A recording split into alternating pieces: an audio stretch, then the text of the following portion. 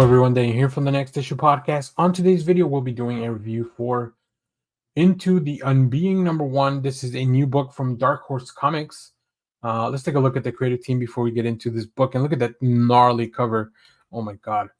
So this is a script by Zac Thompson with art by Hayden Sherman, letters by Jim Campbell. The main cover that we see here is by Hayden Sherman. There's a few other covers you can see at the end of the video. Stay tuned for that. Like I said, this book is super gnarly and something a little unusual. So let's talk about this. A group of climate scientists working in a remote base camp on the Australian outback discover an impossible landform. They venture inside expecting the unexpected, and the titular Unbeing delivers. True to the tradition of cosmic horror, they discover an anomalous environment that defies everything they think they know about the world. From critically acclaimed writer Zac Thompson, who's then done things like Blow Away and Cemetery Kids Don't Die, and artist Hayden Sherman from Dark Spaces Dungeon, Wasted Space. There's really a lot of stuff that Hayden Sherman, such a prolific artist. So I'm always gonna check out stuff from both. Actually, both of these creators are right at the top of my list of like things to check out, even if I don't continue to read immediately. I know like I haven't finished Dark Spaces Dungeon, but I know I'm gonna go back and check it out. So I really enjoy this initial issue. I think it's a great issue to set up this really interesting horror thriller kind of a book. The group of scientists introduced very early on, and we'll get into Hayden Sherman's art in a minute because it's fantastic. But I think the challenge of trying to figure out what's going on with this environmental collapse, what is this group of individuals trying to accomplish, like all those little seeds that are planted by Zac Thompson in this first issue, they really work to capture my attention, and then also to lead into a larger narrative, right? All that teamed up with the beautiful and kind of horrific art that Sherman delivers, like it just really encapsulates the book. There's a lot of narration throughout the book that really kind of leads you. It's really interesting because it doesn't always connect with the visuals that we're seeing. Like it's more of like, what are these characters thinking while they're actually doing what they're doing? So like you kind of have to pay attention on both tracks. So definitely, I like that the creators are like, they give a lot of credit to the readers, where like you can definitely keep up with all this stuff that we're throwing out at you. We meet some interesting personalities.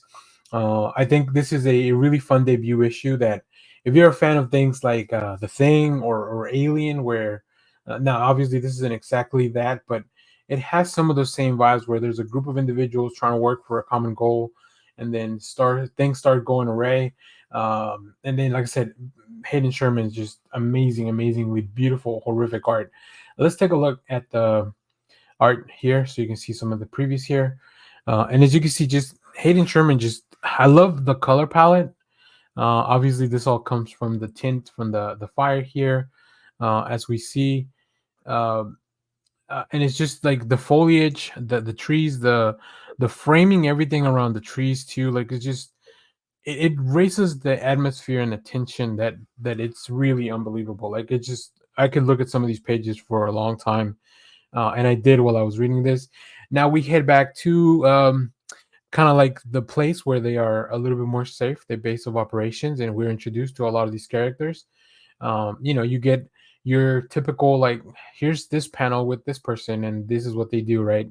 So you definitely get to meet everyone.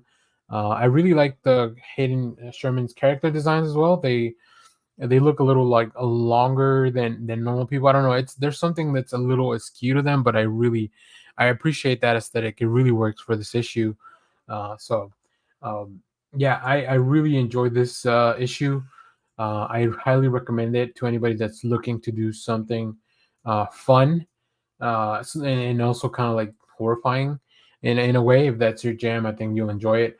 Now, writer Zac Thompson has a thread on League of Comic Geeks, which is where I keep track of my pull list, just to do like an Ask Me Anything. And I just left a comment, so you can see it here. What should I do about the nightmares from Hayden's beautifully horrific depictions in this book? And yeah, of course, I love the first issue. So Yeah, so Zach's advice is that the nightmares are only going to get more intense. So that was really fun. I love when creators find a way to interact positively, and then the fans also interact positively with the creators.